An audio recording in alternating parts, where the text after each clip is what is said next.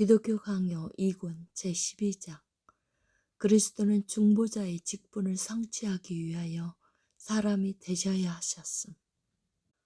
첫 번째, 신인 양성의 중보의 필연성. 진정 우리에게 우리의 중보자가 되실 분이 참 하나님과 참 사람이셨음을 매우 중요한 일이었다. 그 필연성에 대한 질문이 있을 것이나 이는 단순한 필연성이나 사람들이 일반적으로 칭하듯이 절대적인 필연성이 결코 아니었다. 우리가 말할 수 있는 것은 그것이 인류의 구원이 놓여 있는 하늘의 작정으로부터 흘러나왔다는 사실이다. 가장 자비로우신 우리 하나님은 우리를 위하여 최선의 것을 수립하셨다.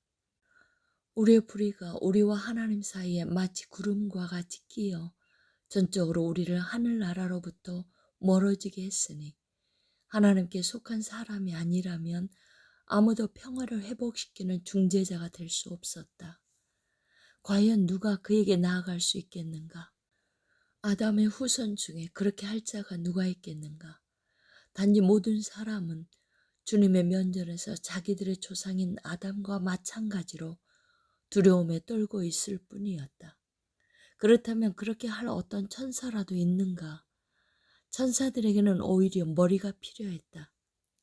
천사들은 오직 그 머리에 결속되어 자기들의 하나님께 경고하고 흩어짐 없이 붙어 있었다. 그렇다면 어떻게 되는가? 분명 만약 하나님의 위엄 자체가 우리에게 내려오지 않았더라면 개탄스러운 일이 우리에게 있었을 뿐이었으리라. 왜냐하면 올라간다는 것이 우리에게는 어울리지 않기 때문이다. 따라서 하나님의 아들이 우리를 위하여 임마누엘, 즉 우리와 함께 계시는 하나님이 되셔야 했다. 실로 이 법칙에 따라 그의 신성과 사람들의 본성이 상호적인 결합 가운데 서로 견고해졌다. 이러한 일이 없었다면 우리는 하나님이 우리와 함께 거하실 소망을 가질 수 없었을 것이다. 왜냐하면 하나님과 우리 사이에 긴밀함이 없지는 않으나 충분할 만큼 가깝지는 않으며 하나님과 우리 사이에 닮음이 없지는 않으나 충분할 만큼 견고하지는 않기 때문이다. 우리의 불결함과 하나님의 완전한 정결함 사이에는 얼마나 요연한 간격이 있는가. 비록 사람이 모든 오점으로부터 자기를 순전하게 지켰다고 하더라도 그의 상태는 중보자가 없이 하나님께로 나아갈 수 있을 정도로 고상하지는 않았을 것이다. 하물며 처참하게 파멸되어 죽음과 지옥에 던져졌고 수많은 얼룩으로 더럽혀졌으며 자기의 추대로 뒤범벅이 되었으며 모든 저주로 짓눌린 사람에게 무슨 소망이 있겠는가. 바울이 그리스도를 중보자로 다루면서 다음과 같이 그가 사람이심을 분명히 상기시킨 것은 이유가 없지 않다. 하나님과 사람 사이에 중보자도 한 분이시니 곧 사람이신 그리스도 예수라. 바울은 여기에서 하나님이라고 말할 수도 있었다. 아니면 하나님이라는 이름을 언급하지 않았듯이 최소한 사람이라는 이름도 생략할 수 있었다. 그러나 사도의 입을 통하여 말씀하시는 성령은 우리의 연약함을 알고 계셨으므로 가장 적절한 때에 가장 유익한 처방을 사용하셨다. 성령은 하나님의 아들을 우리로부터 나온 한 분으로 친근하게 우리 가운데 세우셨다.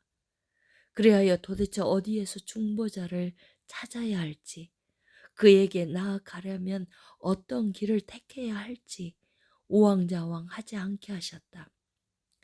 성령은 그를 사람이라고 부르신다. 그리고 우리가 육체 가운데 계시는 그에게 다가갈 수 있고 그를 만질 수 있다고 가르치신다. 더욱 자세하게 설명된 다음 말씀을 통하여 성령은 동일한 것을 지적하신다. 우리에게 있는 대제사장은 우리의 연약함을 동정하지 못하실 리가 아니요 모든 일에 우리와 똑같이 시험을 받으시니로되 죄는 없으시니라. 아멘. 두 번째, 우리의 것을 취하시고 자기의 것을 우리의 것으로 삼으심.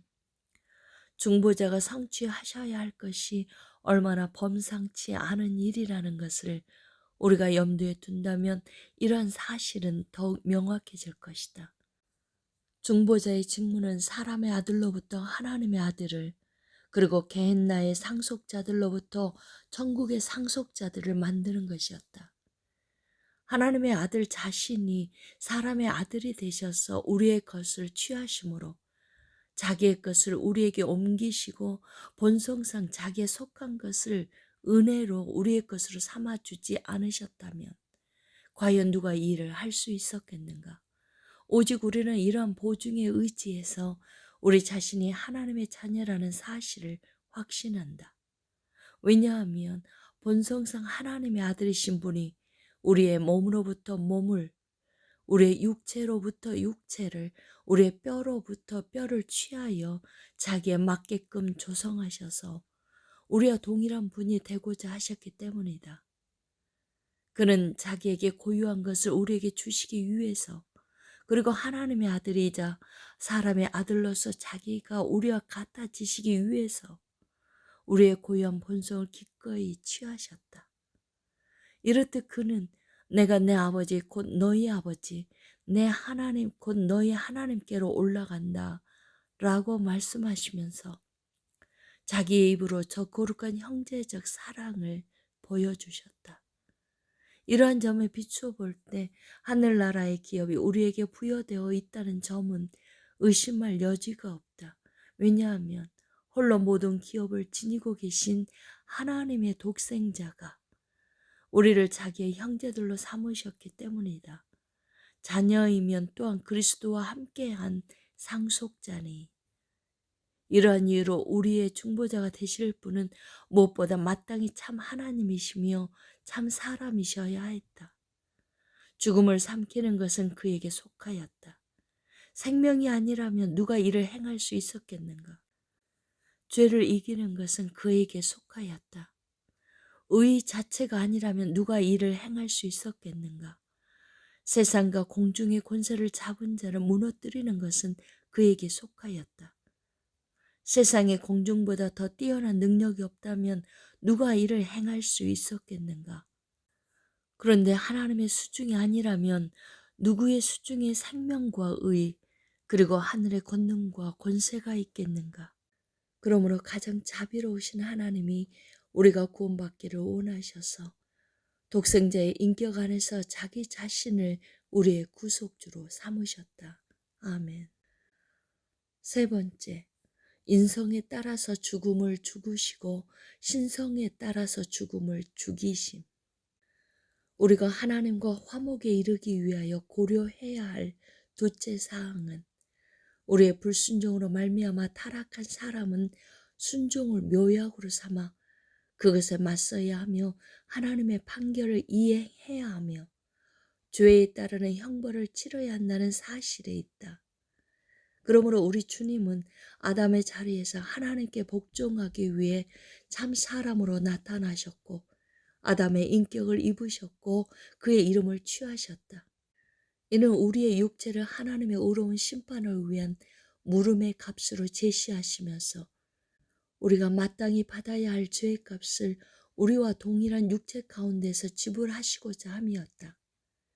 요컨대 하나님으로서 홀로 죽음을 겪을 수 없고 사람으로서 홀로 이것을 이길 수 없기 때문에 인간의 본성에 하나님의 본성을 연합하셔서 인성이 연합함으로는 자기를 내어주사 죄를 속하고자 하셨으며 신성의 능력으로는 우리를 위해 죽음과 씨름하면서 승리를 얻고자 하셨다. 그러므로 그리스도로부터 그 자신의 신성 혹은 인성을 벗겨내려 하는 자들은 실상 그의 어미하심을 저주하고 있거나 그의 인자하심을 퇴색시키고 있거나 한 것이다. 한편 이에 못지않게 그들의 위해하는 사람들의 믿음을 약화시키거나 전복시키는 데까지 이르는데 이는 이러한 기초에 의지하지 않는 한 믿음이 올바로 설 수 없기 때문이다. 덧붙여 고려할 것은 하나님의 율법과 선지자들을 통하여 약속하셨던 저 구속주는 마땅히 대망되어야 하실 분으로서 아브라함과 다윗의 아들이셔야만 했다는 사실이다. 이로부터 경건한 심령을 가진 사람들은 다윗을 거쳐 아브라함에 이르는 계보를 통하여 그의 기원을 바라봄으로써 숱한 애언 가운데 찬미되었던 기름 부음 받은 자, 곧 그리스도가 바로 이 땅에 오신 그 예수시라는 사실을 더욱 확실하게 인정하게 되는 또 다른 유익을 얻게 된다.